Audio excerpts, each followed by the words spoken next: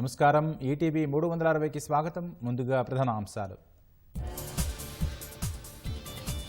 SLBC సొరంగంలో కొనసాగుతున్న సహాయక చర్యలు. 8 మందిని సురక్షితంగా తీసుకొచ్చేందుకు శతవిధాల ప్రయత్నాలు. సహాయ చర్యలపై మంత్రులు ఉత్తమ్, జూపల్లి సమీక్ష. ఎన్డీఆర్ఎఫ్ సైనిక ఉన్నతాధికారుల బృందంతో సుదీర్ఘ మంతనాలు.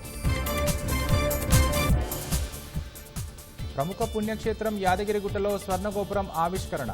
మహాకుంభాభిషేకంలో పాల్గొన్న సీఎం రేవంత్ రెడ్డి దంపతులు. సంచలనం రేపిన రాజలింగమూర్తి హత్య కేసు ఛేదించిన పోలీసులు. 7 నిందితుల అరెస్ట్. భూ వివాదమే కారణంగా నిర్ధారణ. ఏఐ రంగంలో దేశం మరింత ముందుకెళ్లాలన్న ప్రధాని. మన్ కీ బాత్లో ప్రజలను ఉద్దేశించి మోదీ ప్రసంగం. భారత్కు అమెరికా సాయంపై మరోసారి ట్రంప్ అక్కసు. అవసరం లేదని స్పష్టీకరణ. సుంకాలపై తీవ్ర ఆక్షేపణ. పోప్ ఫ్రాన్సిస్ పరిస్థితి ఇంకా విషమంగానే ఉందన్న వాటికన్.